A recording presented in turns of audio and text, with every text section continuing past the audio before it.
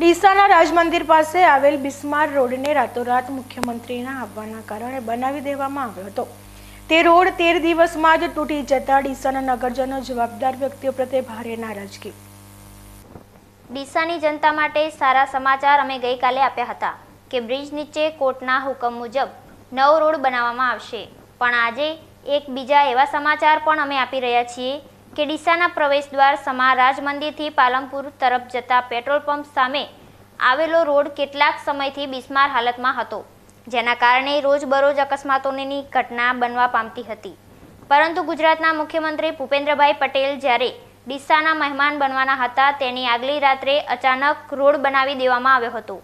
આ રોડ બનાવવા બાબતે રાજકીય નેતાઓ દ્વારા ફોટાઓ સોશિયલ મીડિયા ઉપર મૂકી હીરો થવાના જે સ્ટન્ટ કરવામાં આવી રહ્યા હતા તેનાથી ડીસાની જનતા સખત નારાજ છે, કારણ કે એ નવો બનાવેલ રોડ 13 દિવસમાં તૂટી ગયો છે।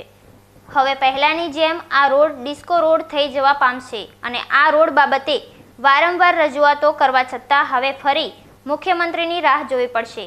પણ ડીસાની જનતા જવાબ માંગી રહી છે કે આ રોડ જ્યારે બનતો હતો તે રાત્રે કહેવાતા નેતાઓ પોતાના ફોટા સોશિયલ મીડિયા ઉપર મૂકીને આ રોડ બાબતે જશ લેવા દોડી ગયા હતા।